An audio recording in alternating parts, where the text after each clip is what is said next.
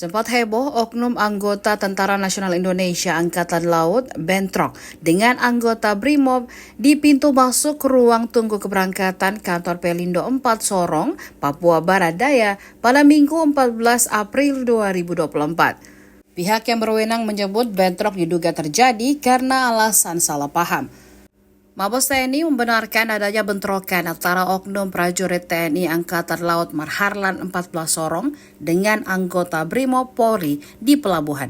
Kapuspen TNI Maijen Nugraha Gumilar saat dikonfirmasi mengungkapkan kronologi selengkapnya. Gumilar menjelaskan bentrokan terjadi pada Minggu 14 April 2024 pukul 09.30 waktu Indonesia Barat di pintu masuk ruang tunggu keberangkatan. Sebelum bentrokan terjadi, anggota TNI Angkatan Laut sempat menegur anggota BRIMOB.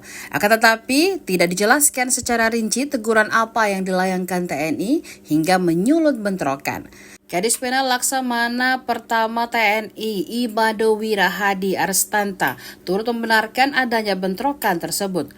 Menurut Wira, bentrokan terjadi saat anggota TNI Angkatan Laut tengah melakukan pengamanan mudik di Pelabuhan Sorong. Lalu ada pemukulan oleh oknum anggota BRIMOB hingga mengakibatkan seorang anggota TNI mengalami luka.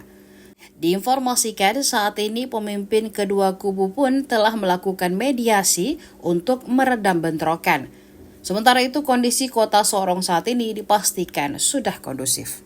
Download Tribun X sekarang, menghadirkan lokal menjadi Indonesia.